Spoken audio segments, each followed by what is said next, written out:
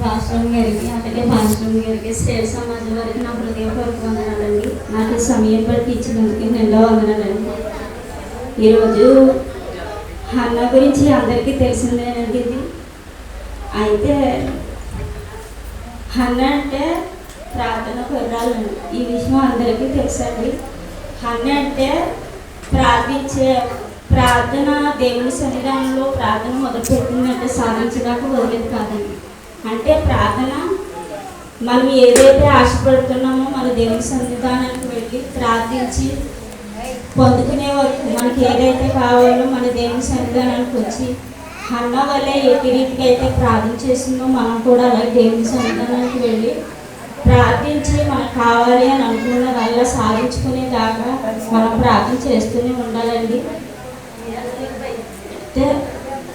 సమూయేలు గ్రంథము 1వ అధ్యాయము 2వ వచనంలో చదువుతుంది. వీరిలో ఒక దాని పేరు హన్న, రెండో దాని పేరు పెనిన్న. పెనిన్నకు పిల్లలు కలిగిరి కానీ హన్నకు పిల్లలు లేకపోయేది. ఈతడు శిలోహు నందున్న సైన్యములకు అధిపతి యెహోవా మొక్కుబడుటకు బలి అర్పించుటకు ఎడ్డేట తన పట్టణమును విడిచి అచ్చడికి పోవచ్చుంది. అంటే ఈడో ప్రతి సంవత్సరము అంటే ఎలకానికి ఇద్దరు భార్యలండి, హన్నాను పెనిన్న. హన్నకి పిల్లలు లేరండి. అయితే పెనిన్నకు పిల్లలు ఉన్నారండి. పెనిన్నకు ఉంటే పిల్లలు లేరు, హన్నకేమో పిల్లలు లేరు అనేసి ఎంతో బాధ అండి. ఎంతో మనమైన అంతేనండి. పిల్లలు లేకపోతే చాలా బాధపడుతుందండి. అప్పుడే వస్తాడండి దేవుడు. అప్పుడు దాటి ఎవరికి అసలు దేవుడు ఎక్కడ ఉన్నాడో కూడా తెలియదండి అసలు ఎవరికి. ఆ సమయంలోనే నాకు పిల్లలు లేరనేసి అప్పుడు దేవుడు గుర్తుకొచ్చి దేవుని సన్నిధానానికి వచ్చి ప్రార్థన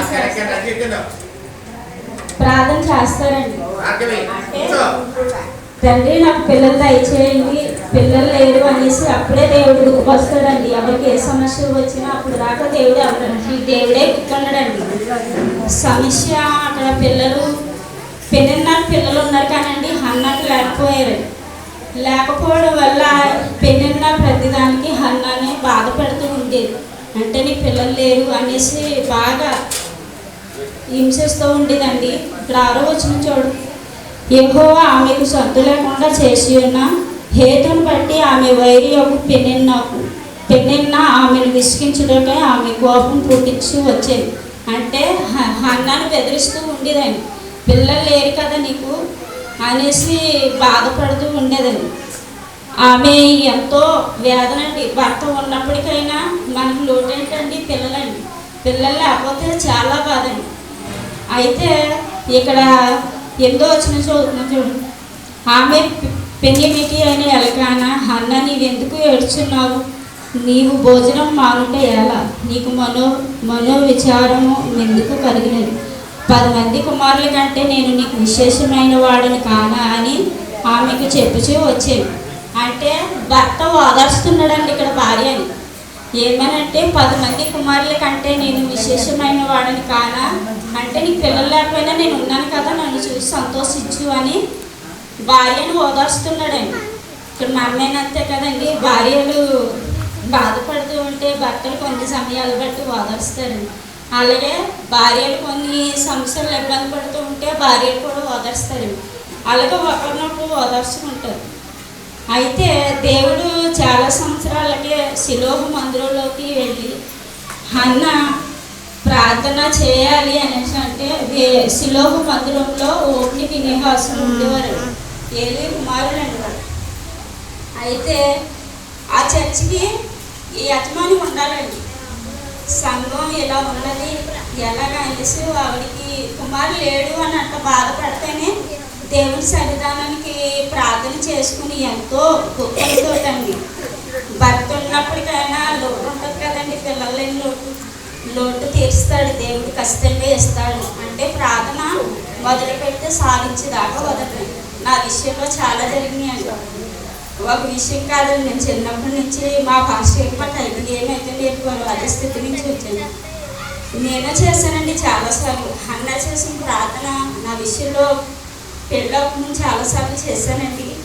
అలాగే అదే స్థితిని ఇప్పుడు దాకా నడిపించుకొచ్చాము. నా విషయంలో చాలా వరకు జరిగినాయి. పాస్టర్ కాబట్టి నేను ప్రార్థన చేయండి అమ్మని అంటే ఎవరు చేసేవారు కాదండి. ప్రార్థన అంటే అసలు ఎంత ప్రాముఖ్యమో తెలుసండి. అది మనం దేవుడికి మొరపెట్టడం అండి. మొట్టమొదటిగా లేచి లేక దేవునికి మొరపెట్టడం అంటే అయ్యనున్నట్టే ప్రార్థన చేస్తుంది, నా గురించి మొరపెడుతుంది. మనం దేవుడిని అడగడం అయితే దేవుడు మన కాళ్ళ దగ్గరికి వెళ్ళి ఆయన ప్రార్థన చేస్తే ఆయన మనకు జవాబిస్తాడు. అంతేకాని మనం ఇక్కడ ఉండి ప్రార్థన చేస్తే మనకి ఏ మాత్రం ఇవ్వడండి. అయినప్పటికీ హన్నా నాకు ఒక కుమారుని ఇస్తే నేను యొక్క సన్నిధానంలో శిలోహు మందిరంలో నా కుమారుడిని నీ సేవకి అర్పించేస్తాననేసి అనుకుందండి. అనుకుని అలాగే దేవుడి సన్నిధానంలోకి వచ్చి ప్రార్థన చేస్తుందండి. 11వ వచనం చదువుతాను చూడండి. సారీ అండి, 15వ వచనం చదువుతాను. హన్నా అది కాదు, నా ఏళ్ళవాడ, నేను మనోదుఃఖము గలదాన్నే ఉన్నాను. నేను ద్రాక్షరసమునైనను మద్యమునైనను పానం చేయటం లేదు, కానీ నా ఆత్మను యెహోవా సన్నిధిని కుమ్మరిస్తున్నాను. అంటే ఈవిడి మనోదుఃఖం అండి. ప్రార్థన అంటే ప్రార్థనలో చాలా రకాలు ఉన్నాయండి. అన్న చేసిన ప్రార్థన అంటే ప్రార్థన పర్వాలనంటే మోకాళ్ళ ప్రార్థన, కన్నీటి ప్రార్థన, మూలికల ప్రార్థన అండి. ఈమె బాగా బాధతో ఉందండి. కన్నీటి పోయిందండి, బాధ అండి, విపరీతమైన బాధ ఉందండి. బాధ ఉంటే దేవుని సన్నిధానంలోకి వెళ్ళిపోయి మనోదుఃఖంతో ప్రార్థన చేస్తుంటే ఏలి గారు అక్కడ యజమాని ఉన్నారు కదండి, సేవకుడు, ఆయన ఏంటమ్మా ప్రార్థన చేస్తున్నావా, ఏంటి మొద్దురాలు విన్నావా అనేసి ఆమెను అడుగుతాడండి. ఆమెను అడిగితే అప్పుడు అంటదండి, నా ఏళ్ళవాడ, నేను మనోదుఃఖము గలదాన్నే విన్నాను. నేను ద్రాక్షరసమునైనను మద్యనైనా పానం చేయటం లేదు, కానీ నా ఆత్మను యెహోవా సన్నిధిని కుమ్మరిస్తున్నాను. అంటే ఆవిడకి ఎంత బాధ ఉందండి. మనుషులు ఆ బాధనంతా కుమ్మరించుకోవడానికి దేవుని సన్నిధానికి వెళ్ళి వారు పెట్టుకుంటేనే మన బాధ అంతా తెలుస్తుంది. ఒకరు చెప్పుకుంటే సమస్య తీరదండి. ఎవరికి దేవుడు నాకున్నాడు, ఖచ్చితంగా ఇస్తాడు అన్న నమ్మకం ఉండాలండి దేనికేమి. అలాగనే దేవుడు ఆమెకు ఒక బిడ్డనిచ్చాడండి, సమయాలు ఇచ్చాడండి.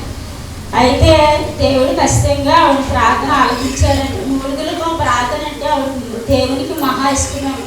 కన్నీటి ప్రార్థన, మోకాళ్ళ ప్రార్థన అని చేస్తామని చాలా మంది చేస్తారు. బాధలు దేవుడు బాధలో ఉన్నప్పుడే వస్తాడండి. మిగతా ఉన్న రోజులు అన్నీ సమృద్ధిగా ఎత్తి దేవుడిని లెక్క చేయడండి. ఎవరు సరే అనేసి ఇంకా దేవుడు అన్నీ ఇచ్చేసాక ఇక సమయలు పుట్టాడండి. హన్నాకి సమయలు పుట్టాడు. నా సన్నిధానంలో కుమారుడిస్తే నీ సన్నిధానంలో మొక్కుబడి చేసుకుంది కదండి. శిలోహు మందిరంలో సమయలు అర్పించిందండి. అలాగా మన బిడ్డలు కూడా దేవుని సన్నిధానంలో ఇవ్వాలని, వాళ్ళకంటే దేవుని సన్నిధానానికి మొట్టమొదటిగా తులసిగా ఇవ్వడం దేవునికి ఇష్టమైనది ఏదైనా సరే, అది ఆకుకూరలే కానీ వస్తువులే కానీ ఏదైనా సరే మొట్టమొదటిగా ఎవరో దేవునికి అర్పించాలండి. అలాగని అర్పించమని కాదండి, ఎవరికి తీసుకుంటే వాళ్ళకి ఎవరు వచ్చండి. పిల్లలు అర్పించడంలో చాలా మేలండి. అలా హన్నా వలె మనం ప్రార్థన జీవితాన్ని కలిగి ఉండాలని మనం అందరం కలిసి పాస్టర్ గారు ప్రార్థన చేయమని అంటే నాకు రాది ఆమె చెప్పుకోకుండా ఉన్నంతలోనే అది ఆ మాట తండ్రి నన్ను దీవించండి, నా కుటుంబాన్ని దీవించండి అన్న మాట దేవుడు సంతోషం అండి. అసలు నాకు మాకు చేతగా చేయలేదు అనేసి దేవుడు చూస్తాడండి. ఖచ్చితంగా హన్నా వలె మనం ప్రార్థన పరటాలుగా ఉండాలని చిన్న మాటలు దేవుడు దీవించిన కాక ఇంట్లో తప్పుంటే